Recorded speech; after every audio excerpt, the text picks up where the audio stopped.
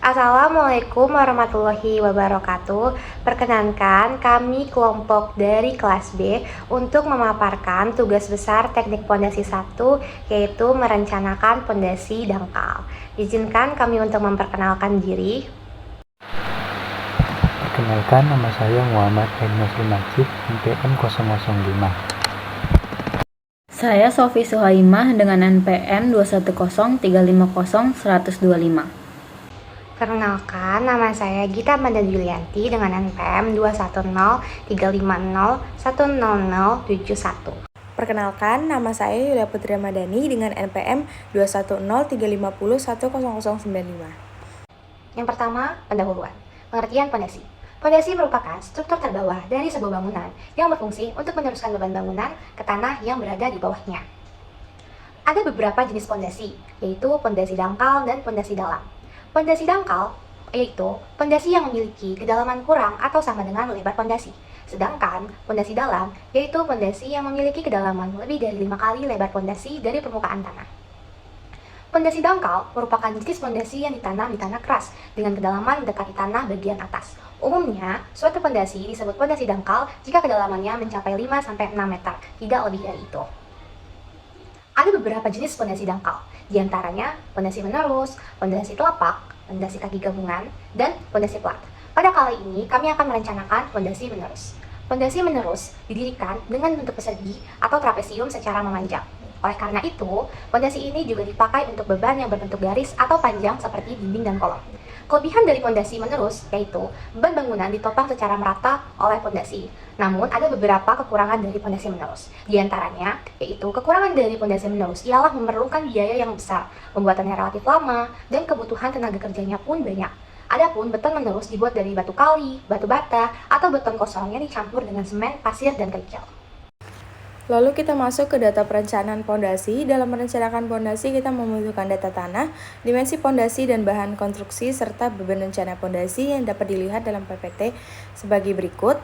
Lalu kita menentukan kapasitas daya dukung tanahnya. Kapasitas daya dukung tanah adalah kemampuan suatu tanah untuk menahan beban tanpa mengalami penurunan atau kerusakan yang signifikan.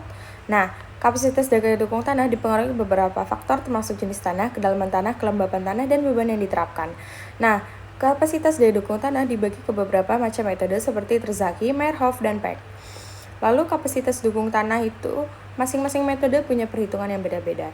Dalam Terzaghi, metodenya melibatkan permodelan tanah sebagai material elastis plastis. Dalam metode Meyerhof, memasukkan parameter geoteknik empiris dalam rumusnya. Dalam metode Peck, mengembangkan grafik yang dapat digunakan untuk menghitung kapasitas daya dukungnya berdasarkan data uji cangkul.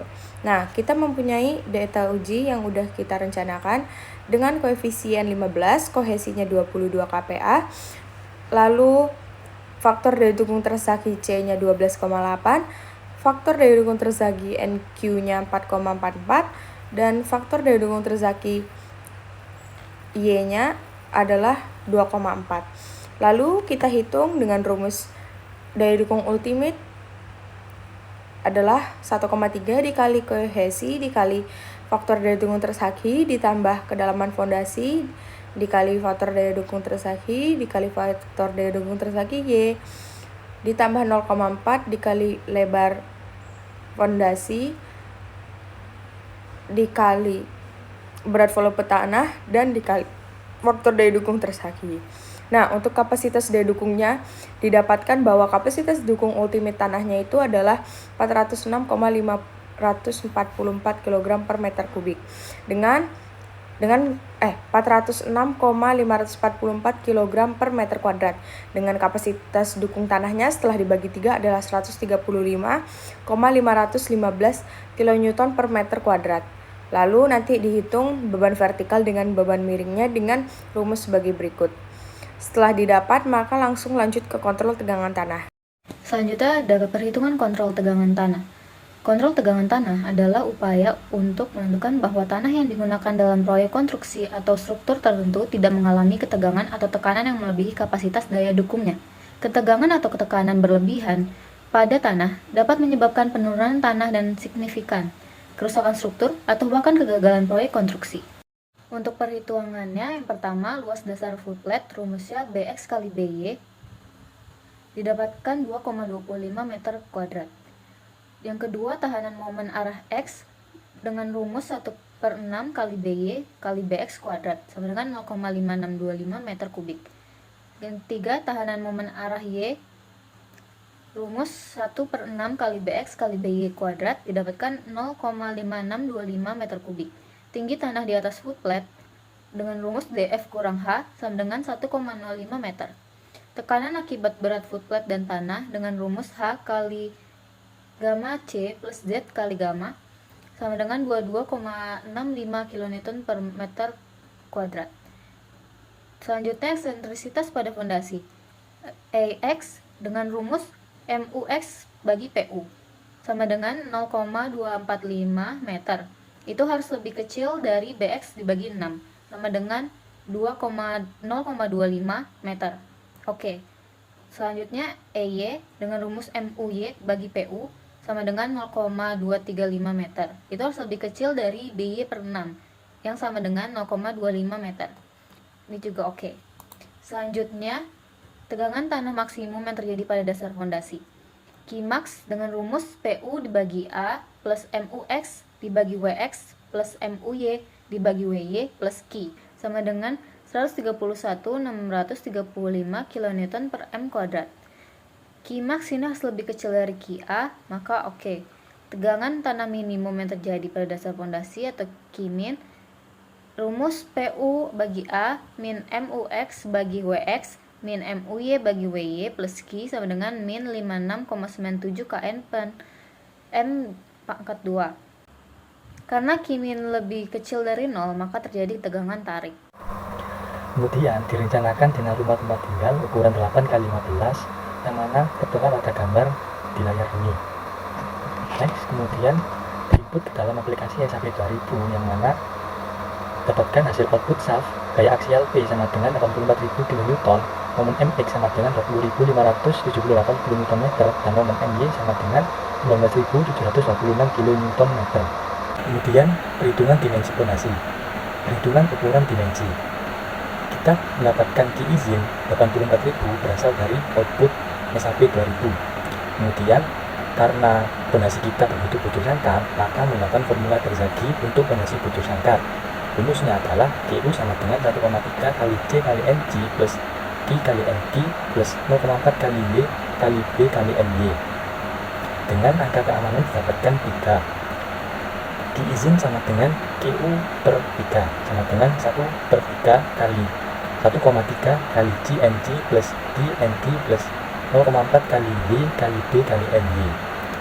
Diizinnya sama dengan diizin per B kuadrat sama dengan diizinnya 248,3 per B kuadrat. 84.000 per B kuadrat sama dengan 1/3 kali 1,3 kali GNG plus Q kali NG plus 0,4 kali Y kali B kali MY. Dari data terlampir didapatkan sudutnya sama dengan 30 derajat, didapat nilai C sama dengan 22 kPa, I-nya sama dengan 17 kN per meter kubik. Korelasi sudut geser sama dengan 30 derajat, maka dari tabel didapatkan nilai NC-nya sama dengan 37,20, NQ-nya 22,50, dan NY-nya sama dengan 19,70.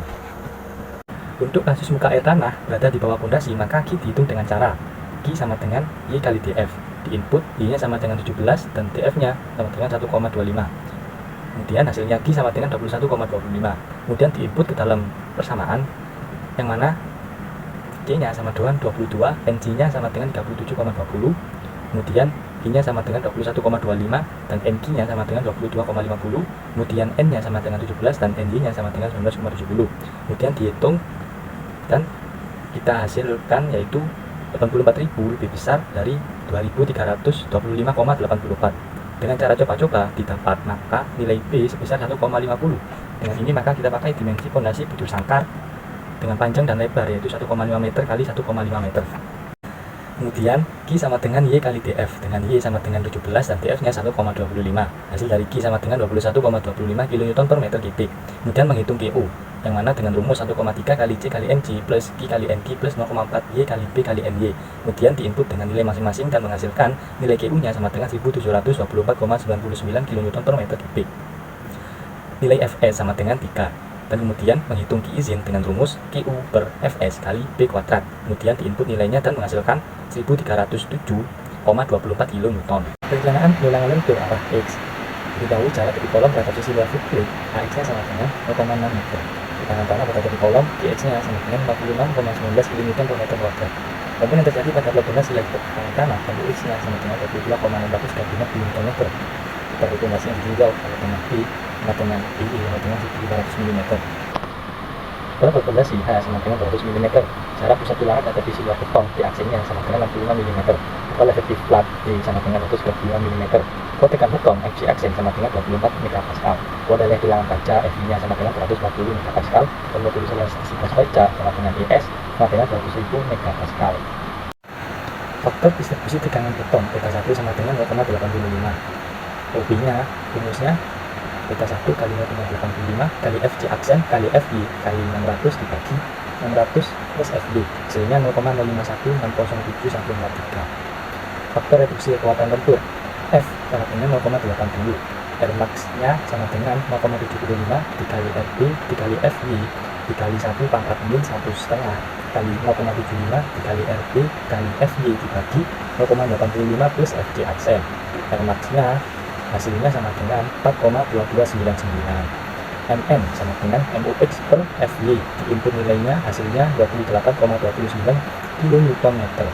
Rn-nya sama dengan Mn kali 10 pangkat 6 kali dibagi D kali D kuadrat, hasilnya 0,010350, yang mana Rn kurang dari R max dan memenuhi rasio tulangan yang diperlukan Rho-nya dengan hasil 0,000431. Rasio tulangan minimum Rho-nya sama dengan 0,0025. Rasio tulangan yang digunakan Rho-nya sama dengan 0,025. Luas tulangan yang diperlukan AS kali R kali AS sama dengan R kali D kali D, hasilnya 506,35 mm kuadrat. Diameter tulangan yang digunakan sama dengan 13 mm. Jarak tulangan yang diperlukan S sama dengan 393,280 mm. Jarak tulangan S max-nya sama dengan 200 mm. Jarak tulangan yang digunakan S sama dengan 200 mm. Digunakan tulangan D 13 sama dengan 200 mm.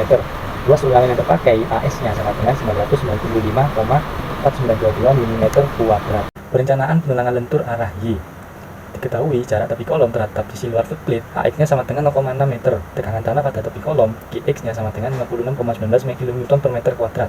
Momen yang terjadi pada plat fondasi akibat tekanan tanah MUX-nya sama dengan 22,3636 kN/m. Lebar plat fondasi yang ditinjau B-nya sama dengan 1.500 mm. Tebal plat fondasi hanya sama dengan 200 mm. Jarak pusat tulangan terhadap sisi luar beton di aksennya 65 mm. Dan tebal efektif plat D sama dengan H-D aksen sama dengan 135 mm. Kuat tekan beton FC aksennya 24 MPa. Kuat leleh baja tulangan FY-nya 240 MPa. Dan modulus elastisitas baja ES-nya sama dengan 200.000 MPa. Kemudian menghitung faktor distribusi tegangan beton B1 sama dengan 0,85. Rumusnya OB sama dengan beta 1 kali 0,85 kali FC aksen kali FY kali 600 per 600 plus FY dengan hasil yang kita dapatkan 0,051607143. Faktor reduksi kekuatan lentur F sama dengan 0,80. R max-nya sama dengan 0,75 kali RB kali FY kali 1 pangkat 1 min 1,5 kali 0,75 kali RB kali FY kali dibagi 0,85 plus FJ aksen. R max-nya sama dengan 4,2299. MN-nya sama dengan MUX per F sama dengan 28,29 kN/m. Rn sama dengan Mn kali 10 pangkat 6 kali B kali D pangkat 2 sama dengan 0,010350. Dan kemudian Rn kurang dari R max yang mana memenuhi rasio tulangan yang diperlukan.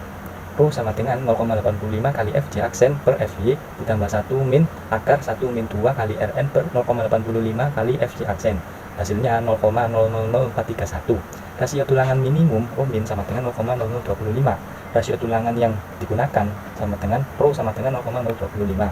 Luas tulangan yang diperlukan sama dengan AS sama dengan R kali B kali D sama dengan 506,25 mm kuadrat. Diameter tulangan yang digunakan D sama dengan 13 mm. Jarak tulangan yang diperlukan S sama dengan Pi per 4 kali D kuadrat kali B per AS sama dengan 393,250 mm. Jarak tulangan S max sama dengan 200 mm. Jarak tulangan yang digunakan S sama dengan 200 mm.